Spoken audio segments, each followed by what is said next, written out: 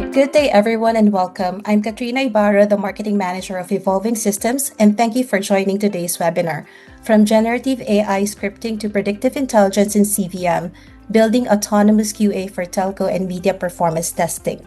That is quite a mouthful of words, I should know, but to make it simple, today's session is designed for telco and media leaders who are looking beyond AI experimentation and focusing on measurable outcomes.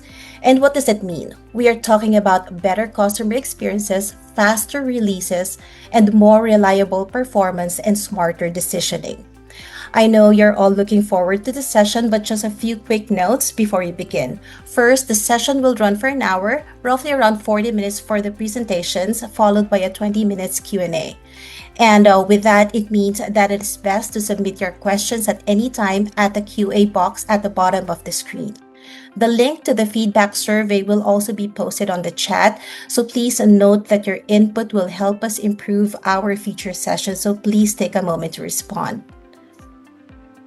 This webinar is brought to you by HeadSpin and Evolving Systems, and I would want to talk about HeadSpin first. So HeadSpin is a global digital experience testing and monitoring platform with presence in 50 plus countries, helping enterprises validate real-world user experiences across devices, browsers, and network conditions.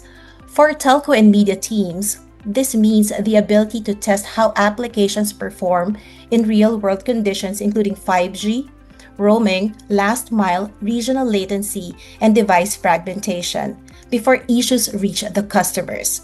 HeadSpin combines automation, AI-powered insights, and real-time performance monitoring to help teams detect regressions early, shorten release cycles, and improve experience KPIs, including startup time, responsiveness, video quality, buffering, and stability.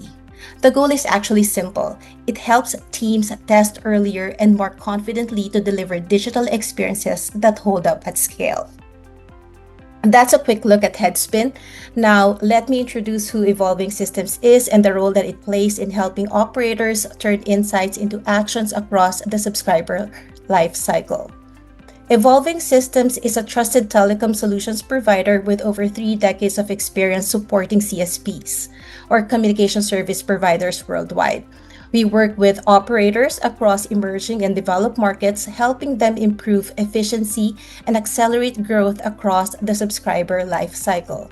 Our portfolio spans key operator needs, which means from activation to lifecycle management to customer value management and loyalty, enabling teams to streamline operations, launch services faster, and deliver more personalized engagement at scale. With a global footprint supporting 100 plus carriers and deployments across multiple regions, Evolving Systems bring both domain expertise and proven implementation experience to help operators turn data into actions that improve retention, revenue, and customer experience.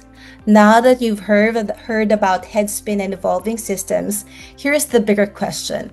Why are you attending this webinar, and why is it happening now? And the reason is because AI is moving beyond dashboards and reports into automation, prediction, and real-time decisioning, and telco and media teams are under pressure to turn that shift into measurable results. And in this session, you'll hear practical approaches to first use generative AI to accelerate test creation and reduce maintenance effort, to apply self-healing automation that adapts as apps and environments change, to turn performance and customer data into predictive intelligence, and to improve outcomes across quality, reliability, retention, and engagement. The core question we're exploring today is actually simple. How do telco and media teams move from AI experimentation to AI that consistently improves business and customer outcomes? So I'm sure you're excited, so let's get into it. It's my pleasure to introduce our first speaker, Siddharth Singh, Senior Product Manager at HeadSpin. He has more than 10 years of experience across product strategy, solution consulting, and large-scale delivery, supporting telecom providers and addressing performance and testing challenges in the 5G era. He has led major enterprise telco engagements, translating complex requirements into practical product direction and real-world implementation. Siddharth will kick us off with how GenAI and autonomous QA are reshaping performance testing for telco and media teams. So, Siddharth, over to you. Thank you, Bianca.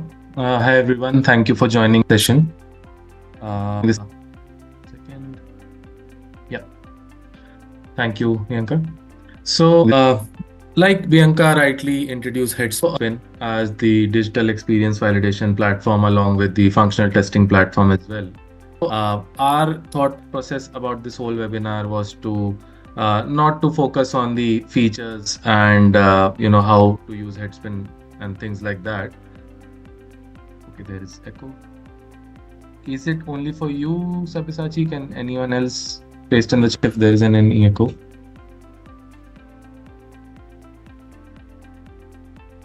There's a bit of an echo. Now there's an echo, yeah. Okay. But a while ago, while you're speaking, there's a bit of an echo, but it seems fine. Okay, cool. I'll continue then. Okay. So we just wanted to, discuss with you and open our minds and brains in front of you. How and what do we think about the next steps into the world of digital experience? So right now, everyone, all the industries, be it telco, be it media, or any other industry for that matter, nobody is just thinking about building apps. Everyone is now thinking beyond apps. Okay, we are trying to solve problems. We are trying to fix the user experience while solving those problems. So for example, I am a user of let's say Netflix. So earlier in the traditional era, what used to happen was there was a dedicated team who was focusing on building a Netflix app, particularly for let's say mobile device, let's say Android or iOS. Similarly, there was a QA team who were particularly focused on a particular ecosystem in a particular location. Everything was super siloed. Now, what happens is, if you are, let's say, going through any podcast on Apple Music or Apple, podcast, you suddenly pause it. You open your car, you get in, you start driving, and instantly start the podcast. From then and there, you do not focus on what is the device that you're using, what is the network that you're using, what is the SIM that you're using. It's all about experience. The app is just meant to serve the purpose, serve the users. Okay, so now all the companies now they are thinking about digital ecosystems, and it is actually thing of the past. Complexity is the new norm. You cannot run away from any of the complexity that this approach comes up with. So why do I say it's complex in nature? So if you can see the three icons, first one is the device that a user is interacting with. The second one is the application that they're interacting with. Then there is network connectivity, of course, and then the last one is the infrastructure that is serving the whole purpose. User does not see it and they are not interested in it. Things are not at all functional anymore. They just they want to see everything in perfect sense. So simple testing methods now are not enough to serve that purpose. Okay, because first of all, they are not capable of recreating the real world scenarios and real world unpredictability. That is point number one. Even if you talk about the QAs of the current era, they are super overloaded with the expectations that the company has with them, and of course the users have with them. So instead of focusing on writing hard-coded scripts for automation, they want a companion, they want a second brain, a partner to work with them, to share cognitive load with them, so that they can start thinking from just human empathy perspective. They can start acting like a QA architect rather than a QA engineer who focuses only on scripting, so that they can cover more and more ground, which is agnostic of any of the ecosystems that we're talking about and any of the challenges that comes up with it. So how to solve it? AI is the answer for now. Now, why do I say that? AI is just another technology that has come into picture that is super lucrative for all of us. Of course, that is why we are talking about it, and I'm sure that it's going to evolve with it. I'll tell the AI story of HeadSpin. So everyone has been talking about AI from the past couple of years. Our customers have been asking of it. Some of them even have said that we are lagging behind. That is not the case. I want to be very clear about that. HeadSpin was one of the earliest adopter of AI in the performance testing domain. So, for example, if you talk about page load analysis, recently we have rolled out a newer version of the AI model that has 10 times more accuracy to detect page transition and do the page load analysis accurately.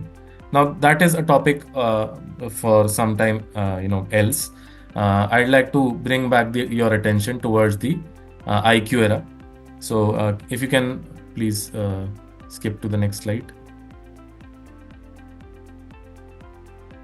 Yeah, thank you. So how did it start? When did it start? So this is the timeline of quality assurance of software applications. So till the 2000s, everything seemed to be pretty manual in nature, and it's not at all a bad thing. It is the foundation of the quality assurance as we speak, and it was very high in empathy. And for example, I was a quality assurance engineer. I would have full control and full knowledge of what is happening, how does the whole user journey looks like, and I will have a subjective view of how does the overall functionality of the application looks like. But again, since it's very subjective in nature, it can have some sort of inconsistency across teams. That is point number one. Point number two, it is very difficult to scale. When apps were very simpler, with a very simple user journey like login, doing the core tasks and logging out. There was no interconnectivity with other applications. There were no integrations with third-party APIs, things like that. It was very simple. But as and when the applications and the user journey started to evolve, this became very difficult to scale, and the whole release cycles were started to disrupt. So on one hand, the development became more and more agile, serving the immediate needs of the market, immediate needs of the customers. QA also evolved into automated scripting, where Appium and Selenium laid the ground for both mobile and web automation testing. It improved the accuracy as well as the speed of testing for all the QA engineers. It was very helpful, but it carried its own problems and challenges with it, like any industry and any technical solution. So it was a high technical debt. Now, why do I say that? These were primarily very hard-coded scripts. It was for a fixed ecosystem, fixed user journey, and even if a developer would like to change a single element, the whole script would break. So now, apart from creating scripts from scratch, there was another role that evolved. QAs were supposed to maintain those scripts as well and fix those scripts as and when the coding of the application or the UI of the application kept on changing. Now, from the past 2 to 5 years, I'd like to say there is another thing that has popped up, that is Copilot, which is based on large language models, and basically it's GenAI in the common terms, and it is acting like an assistant. It helps you write the automation scripts faster. It helps the developers with writing codes faster, but humans still drive the thinking seat, or thinking element of the same. So from this point to, let us say, from 2026 onwards, for the next 5 years, where do we see this evolution going on? It's the goal oriented. Okay, 1 second. Okay, sorry. What's the future look like for the next 5 years? So it's the agentic AI, or the AI agents, which are pretty much goal oriented. Now what happens is, in the next 5 years, AI will be intelligent enough to understand the ultimate goal of the application. It will understand the application, it will understand the user journey automatically and autonomously, and it won't rely on scheduled tests and all. It won't rely on us giving them prompts and all to create scripts. It will automatically understand and execute the testing and give the QA architect all the information required to pass it on to the developers. And it does not mean that we are trying to eliminate QA testers or developers. What we foresee is a more unified engineering ecosystem where developers and architects will work more closely than ever, more continuously than ever, and the whole release cycle and the whole development cycle will be more agile than ever. That is the whole purpose of Agentic AI. Next slide, please. Yeah. Now, again, like I said, AI is nothing new. AI has evolved over the past multiple decades. Having said that, there are three pillars that we see that will drive the whole, autonomous QA journey. One is the predictive AI, which is the forecaster. Then there is generative AI, the creator. Everyone has been using generative AI in their daily lives, be it professional or personal nowadays. And then there is agentic AI, the operator with brain. Right? So the first step, the predictive AI, how it will help you in your day-to-day QA tasks. So for example, there is a media application and you have been performing testing over the past 2 to 5 years, and still you are relying on those manual repetitive tasks, and you are still seeing scripts failing at the same point. Now here comes the predictive AI. It will analyze all the data that you have generated over the past few years. It will track the trends. It will predict that, for example, every time you update the player SDK, the subtitle overlay breaks on Android 14. So this predictive AI will exactly tell you, the QA engineer and the developer, that, hey, you have made this change in the code, and we expect that this will break this part of the particular code. Okay, so that you don't have to rely on reactive approach. You don't have to rely on long, ticket generation and bug fixing pipelines. You can have your answer then and there that, hey, I've made this change. This is what else I need to address. Otherwise, there will be a problem. I'll keep it simple, not very technical in nature, so that we can discuss more freely. Then there is generative AI. So now I as a product manager, I am not a very technical guy. I know the technical know-hows, but I cannot write scripts. Now, if I want to step into a QA architect role, if I talk about the current scenario, I'll have to start from scratch and maybe spend 2-3 years learning the know-hows of how to write the script and all. Now, as soon as generative AI comes into picture, even if you are a core developer and you know the know-hows of the application, and you know what to test, how to test, you can take it up as your partner, technical partner, and write a natural language prompt into the the Copilot, and it will help you write the script from scratch, 0 to 1, completely. And there will be only like 10 to 15% of efforts required to fix those or refine the output that suits your ecosystem. Okay. Then comes the agentic AI part, the third and the most important pillar, which will act as your complete partner. It will share your cognitive load as well, so that you can focus on the core tasks. That is, defining the user journeys and defining the user experience, and be competitive in the market rather than spending days and hours for writing scripts. So you will work with agentic AI, rather it will work with you. It will take your guidance, understand the whole ecosystem. Okay. And even if there is an anomaly, let's say if there is a pop-up that appears for, let's say, late payment, which was not there as a part of the original script that you have written for automation using generative AI, it will understand the anomaly, it will understand the nature of the user journey, and it will define a goal for itself and fix it, heal the script, so that you don't have to waste your time focusing on low value tasks. You can still focus on the larger goal, which is delivering a perfect application for the outer world. So these are the three main pillars. Next slide, please.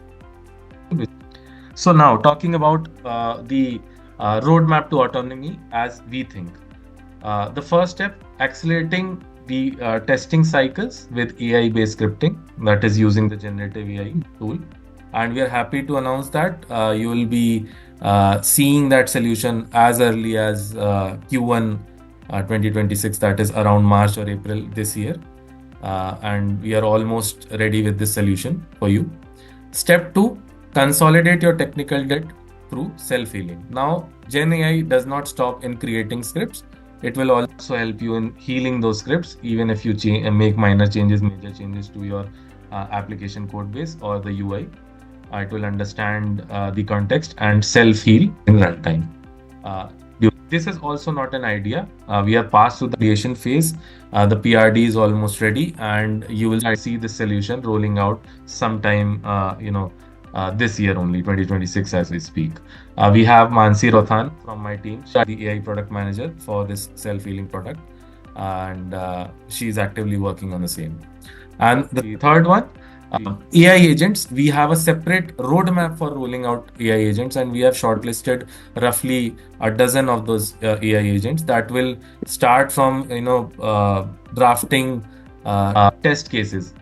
Even if you want to write test cases, you don't have to create an Excel sheet by yourself and write all of those stuff. You can just define the context, and our agent will help you create those test cases that completely aligns with their application and the overall user journey that you have. So from there to the end, to the healing part, everything, the AI agent will be able to support you throughout your journey 27. And ultimately, as it evolves, it won't rely on schedules and all. We hope and we expect that it can take such autonomous decisions, so that the overall QA journey becomes truly 24/7, rather than having any downtimes or scheduled test runs, etc. I'd like to give you some examples as well, so that it connects with you, it resonates with you, and it seems more realistic in nature. Next slide, please.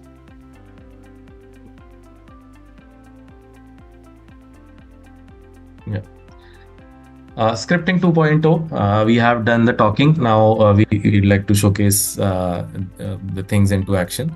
So for example, the current way, the old way, if there is a media streaming giant, they are, let's say, launching their application into India region. Let's say, I think there is a very famous horror films application, Shudder, that is there in North America region, but not there in India.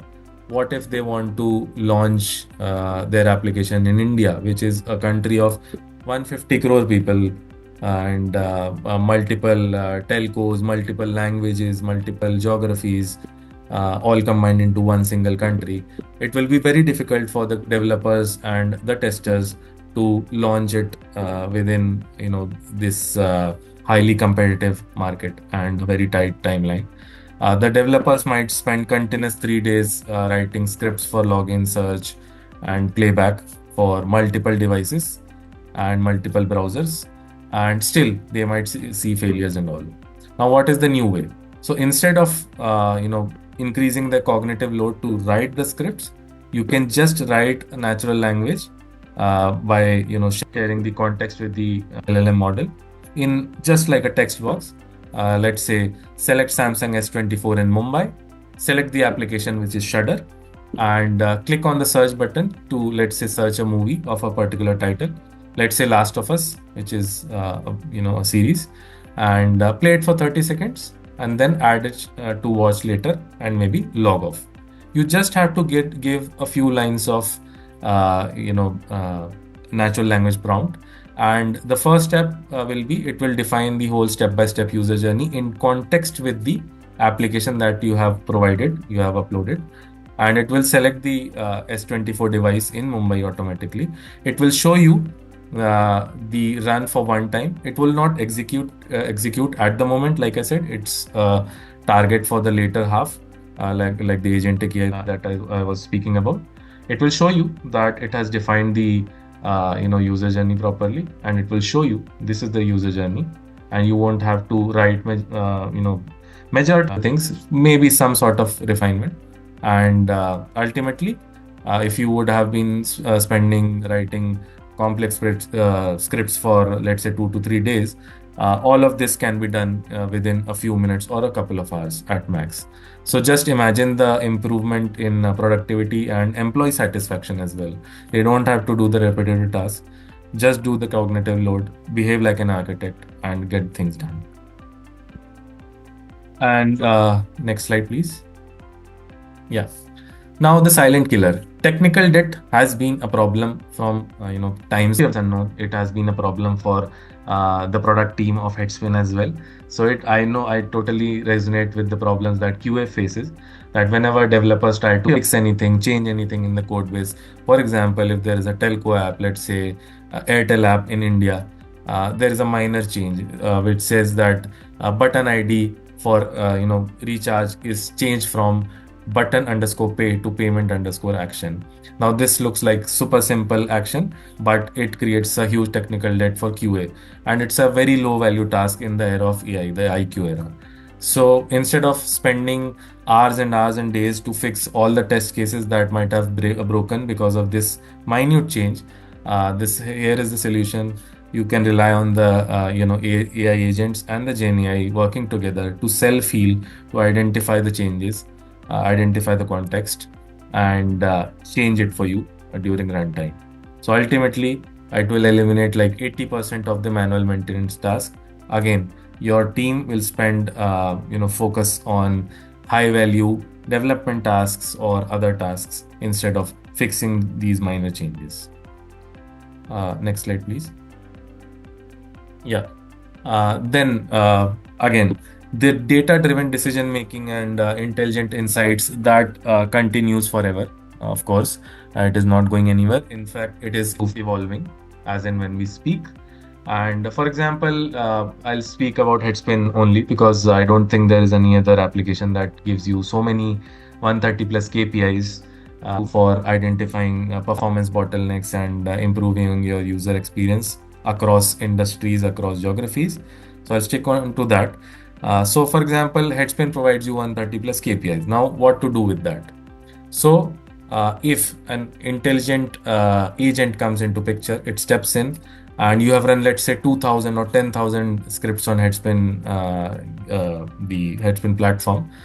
This intelligent agent will go through all the session data. It will understand the issues, it will understand what are the outcomes, and it will provide you an actionable AI summary that, hey, these are the top five blockers that I have understood, leveraging the logs, the session videos, and the time series data of the KPIs and the network data.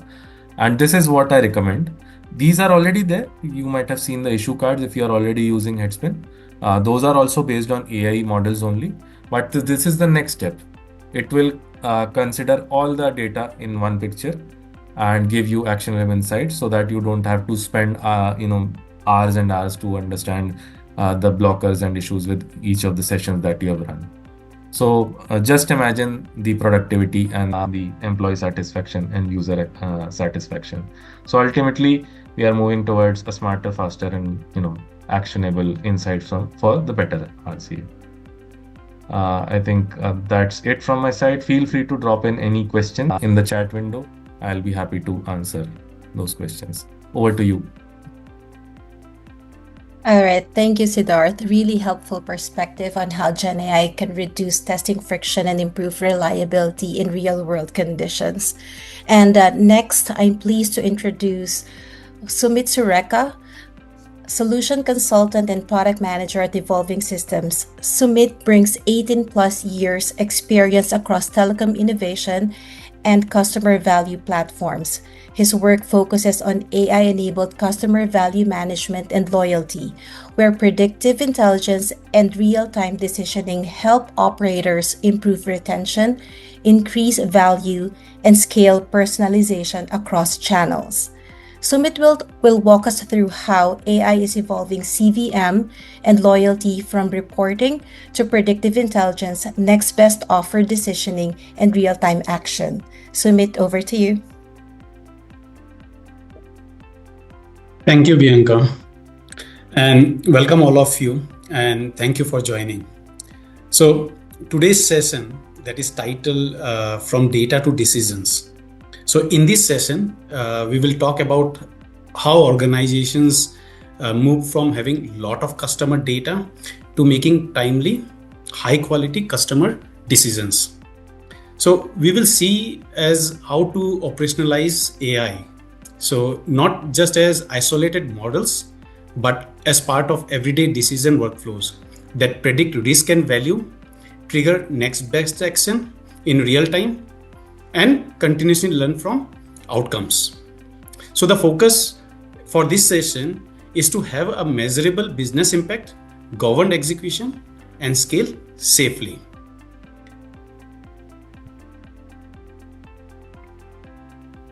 So organizations today have large set of customer data already available within their ecosystem. But those data are spread across multiple systems, like as transactions, engagement signals, service interactions, and digital touchpoints. Yet, turning this data into timely, measurable actions is still very difficult.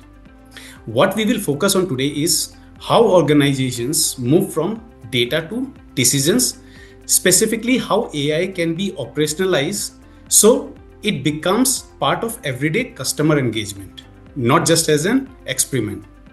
The goal is not just to deploy AI, instead, the goal is to improve measurable outcomes, retention, revenue, and customer experience.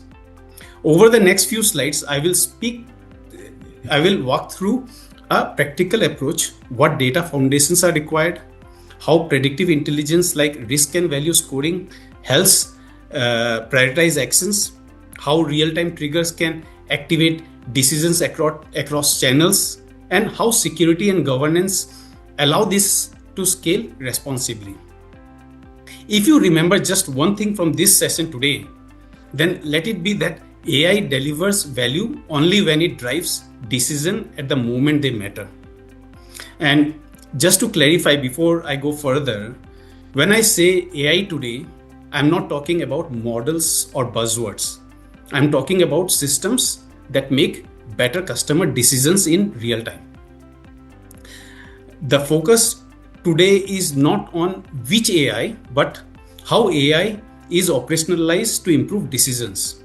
We choose AI techniques based on the decisions we are trying to make so that every use case delivers clear customer impact and measurable business value. So we are already in that slide. Can we go back, please? Yeah, thank you. So now let us talk about why this is still hard in practice. Most organizations don't actually have a data problem. They have decision latency problem. Customer signals are happening all the time, like usage changes, engagement drops, service issues, but the data behind those signals is fragmented across systems. And because of that, decisions are often manual, delayed, and inconsistent. Though most organizations already have strong customer data assets in terms of transactions, engagement events, and more, but they are fragmented across systems. In some cases, it becomes difficult to find the kind of data available across systems, making it hard to identify them and utilize them in decision making. So by the time an action is taken, the customer has already disengaged, and the outcome is quite very predictable. Like retention actions miss the moment, campaigns become very broad and inefficient, and proving ROI becomes difficult, and the reason and decisions are not clearly linked to outcomes. This is also why AI initiatives stall. Models may exist, but without integration into real decisioning and execution workflows, AI stays isolated and does not change outcomes. Because of all these interventions arrive too late, and engagement becomes generic rather than contextual. That is why the real challenge is not AI insight, but it is to shorten the gap between customer behavior and the customer action. And that is the problem we need to solve if we want AI to deliver consistent value. Next slide, please. So if decision latency is the problem, then foundation for fixing it is unified customer data. And just to be clear, you do not need perfect data to start. What you need is connected and decision-ready data. At a minimum, there are three things that needs to come together. First is identity and profile. This means every piece of data should be linked back to the same customer, even if they appear under different identifiers across systems like phone numbers, email, device ID, app ID, and so on. Unless these are linked, we will not have a real customer view. These are just disconnected records. The second is activity and behavior. And this is what allows AI to detect changes early. This can include transactions, usage, recharges, basically what the customer is actually doing over time. And the third is engagement and outcomes. Not just what message was sent, but what happened next. Was it open, ignored, redeemed? Did behavior change or not? Without outcomes, models cannot learn and decision cannot improve. So now once that foundation is in place, we can start enriching it over time and improve accuracy and relevance. That typically includes service interactions like tickets and complaints, digital behavior from webs or websites, and experience indicators such as quality issues or fatigues. Preferences and contact policies are also very important because decisioning has to respect consent and fatigue limits. So two enablers make all this work in practice. The first, which we have already discussed, is the identity resolution. So every signal consistently rolls up to the same customer. The other is event-driven ingestion, so that customer view stays current to support real-time decisions. So the key point to remember is that AI is not blocked by the lack of perfect data, but it is blocked when data is fragmented and connected into a single decision-ready customer view, and not connected into a single decision-ready customer view. So start with minimum connected data and then keep enriching it over time as decisions and use cases evolve. And once we have unified customer view, the next step is using AI to predict risk and value. So we know how to act on, when, and how much to invest. Next slide, please. So this is the point where AI starts to become directly business relevant, because this is where we stop looking at customers only as broad segments, but start making individual predictive decisions. At a very high and practical level, there are two predictions that matters most. The first is risk prediction. So this helps three very operational questions. Who is likely to engage? Who is likely to disengage? How soon that risk is emerging? And what signals are driving it? And those signals could be things like reduced usage, lower engagement, repeated service issues, negative experiences, or sudden change in behavior. Risk prediction gives us early warning. And the second is value prediction, often expressed as customer lifetime value or expected future value. This tells us who to prioritize and what level of investment actually makes sense. So we do not overspend on customers where the return will never justify. On their own, each of these has limitations. If we consider only risk, it can lead to panic discounting. Whereas considering only value we will tend to ignore the urgency. So the real power comes when we combine both risk and value. So when you look both together, the actions become much clearer. So on the left, if we look at high value, high risk customers, they need fast, proactive actions that are tailored and timely.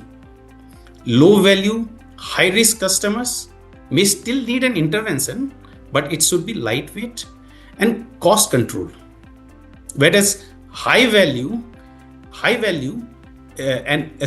value and high risk customers may still need an intervention. Whereas the right side, whereas high value, low risk customers shifts the focus from retention to growth, upsell, cross-sell, and loyalty.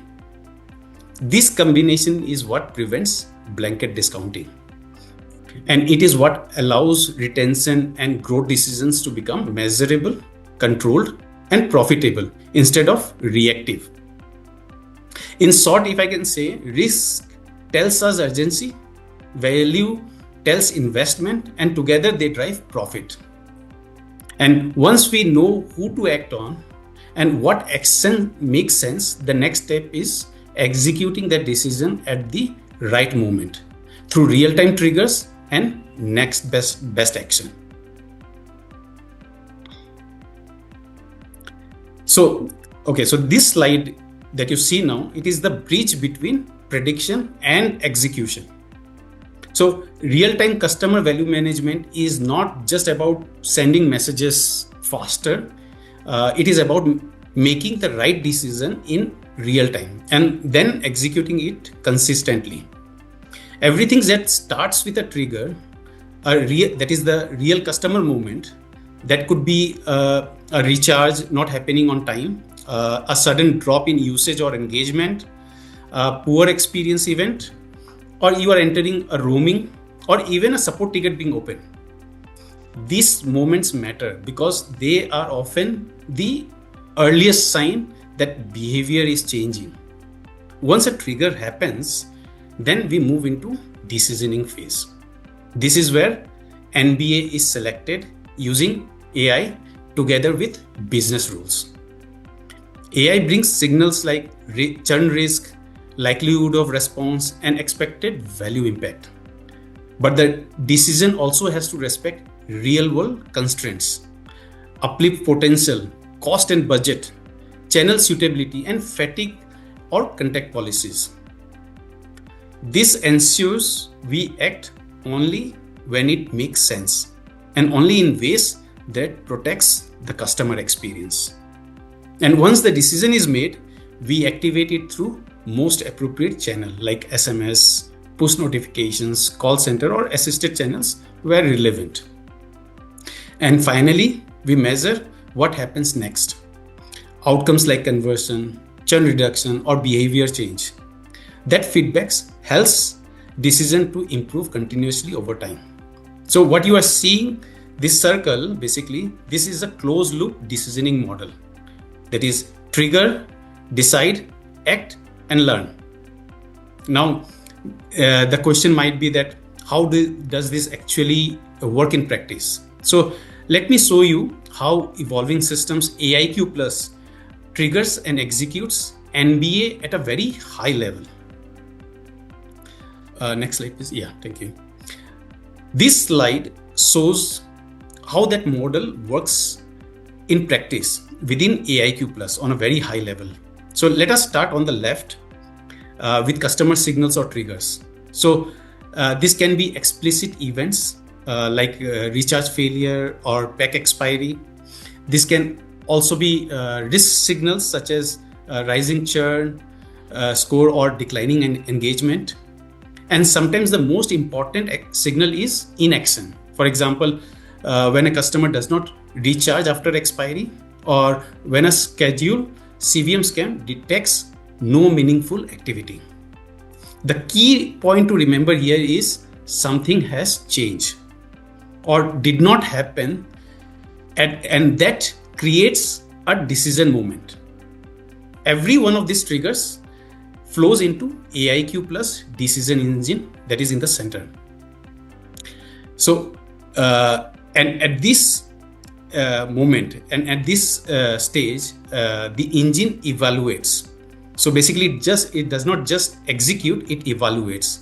So for every trigger, AIQ Plus asks a small set of practical questions like: Is an action actually needed right now?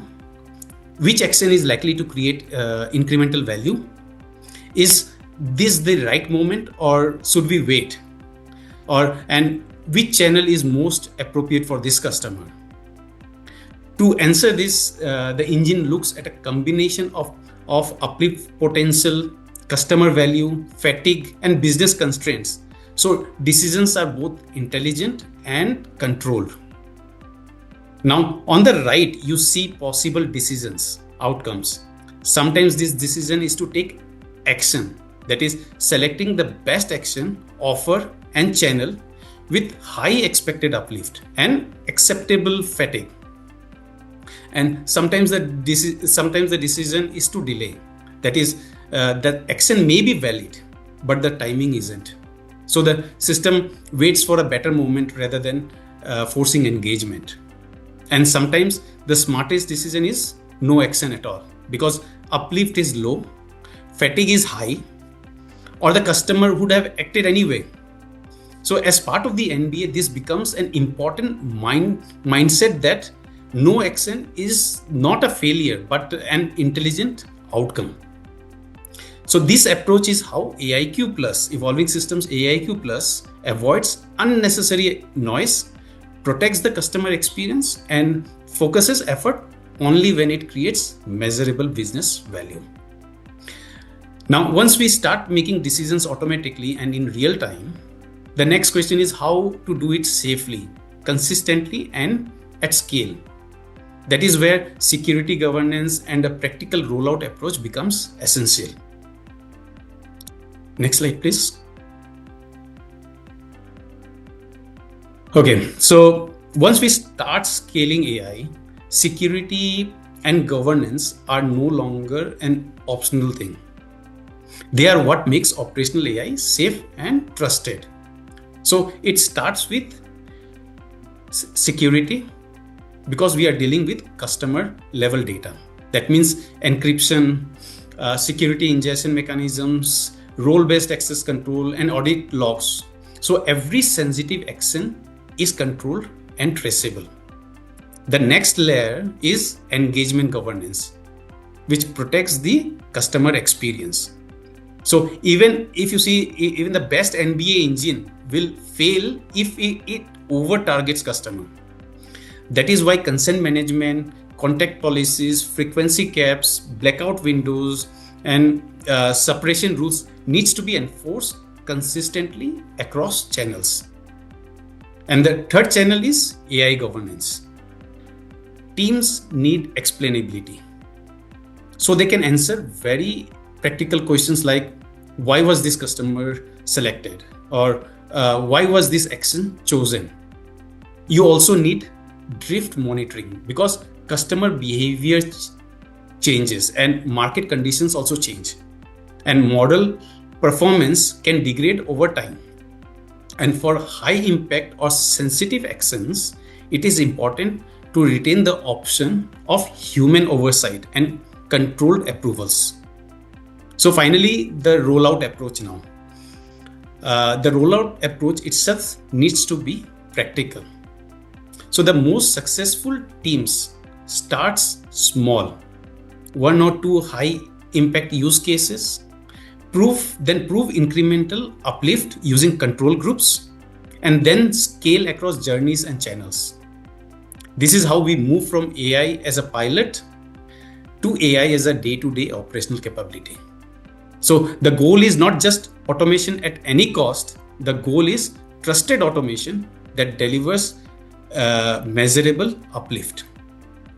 Operational AI only works when trust, control, and outcomes are built from the day one, right from day one. Next slide, please. So now to summarize, AI creates value only when it is operationalized, when it is embedded into day-to-day customer decisioning and activation workflows. It starts with unified customer view, then adds predictive intelligence for risk and value, activates real-time triggers and next best actions across channels, and runs within strong security and governance so it can scale responsibly. And the best way to begin is to start small and scale fast. Pick 1 or 2 high impact use cases, prove measurable uplift using control groups, and once the value is clear, scale iteratively across journeys, channels, and customer segments. That is how organizations move from experimenting with AI to making it reliable system that drives retention, growth, and better customer experience. Thank you all, and happy to take up questions.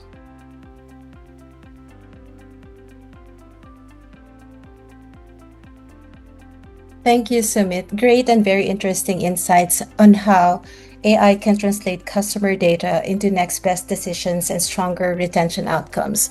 We actually have some questions that we will be asking you. But before we move on to Q&A, I am going to acknowledge that we have some attendees who are requesting for demonstrations. We don't have a lot of time left, and to be able to ensure that we are providing you the sufficient time to be able to cover the entire demo, we will be reaching out to you to be able to schedule a demonstration. All right, so that will be a separate session to those who requested for that.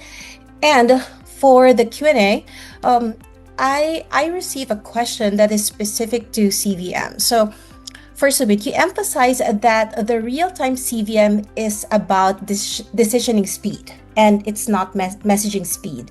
So in your opinion, or in your expert opinion, what's the biggest misconception that telcos have when they try to implement real-time customer engagement?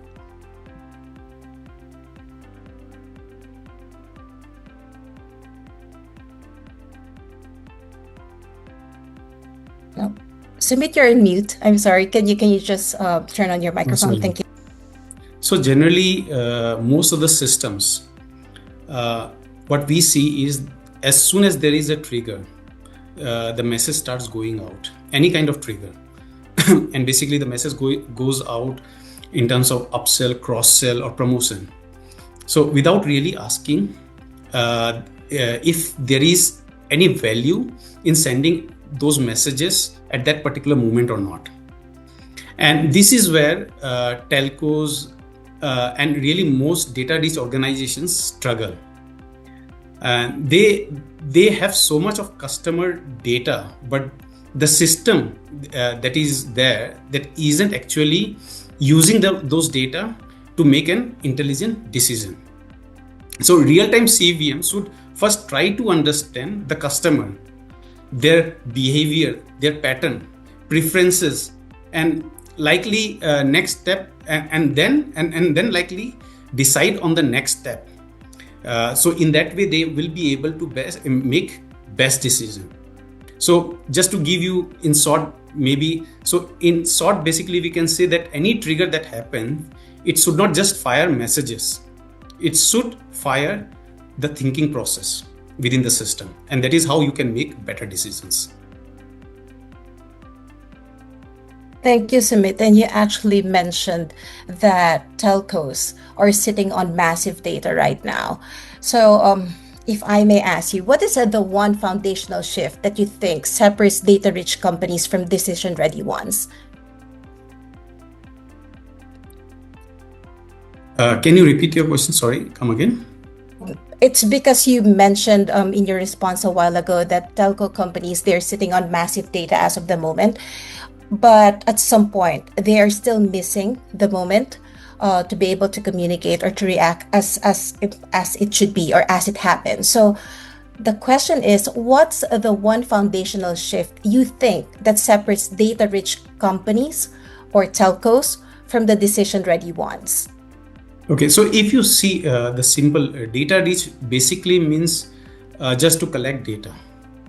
Whereas decision ready, basically you have the lot of data assets available, but the system or the telco or the system knows how to utilize those data and trigger the correct decision at the right moment. So that is where the shift needs to happen. Basically, unify that data that is available based on a customer. So every data has to be associated, roll back to a single customer. It should not be fragmented across various systems. You should have a unified customer view so that that data can be used and to make a better decisions. True. It's actually specific to decision latency and not data volume. And I agree with you. It's a unified connected data that really makes the difference. And we also have a questions for Siddharth. As we move from the Copilot era to the Agentic era, what does the daily role of a QA engineer actually look like? And are we coding less and auditing more now? Great question. So, like I said, I think AI is not there to replace us as human brains and all. We need not worry about that. The thing that we are witnessing right now, it's a transition from execution to orchestration in both development and QA side of things. So if you talk about manual and scripted testing, right now or in the past, the QA engineer was primarily the doer of the task, and there were only a few people who used to apply brains on what to do and all. So everyone will start moving from the doer to the thinker side of the things, and we as humans, we will try to be the architect of intent. So if you talk about the daily role, it will shift from how to test, as in writing the scripts, to defining what to test and why to test, defining the goals, the overall goals. And it is something that I think AI cannot ever replace. And auditing will be just one part of it. Once you have the output, of course, auditing will be required, but auditing is kind of, I think, underselling our skill set as humans. It's actually, you will be running and orchestrating the whole QA lifecycle. I hope that answers the question. Yes, thank you so much for that, Siddharth. And as we wrap up, I would like to thank everyone again for spending time with us today. Thank you also to the speakers and to everyone who attended. We hope that this session provided practical ideas for applying AI to deliver better quality, more reliable experiences, and smarter customer engagement. Please use the survey link, the one that we posted on the chat, and we'd appreciate if you would take a minute to be able to respond, as your feedback shapes the topics and format of our future webinars. Thank you, everyone, and have a great day. Bye.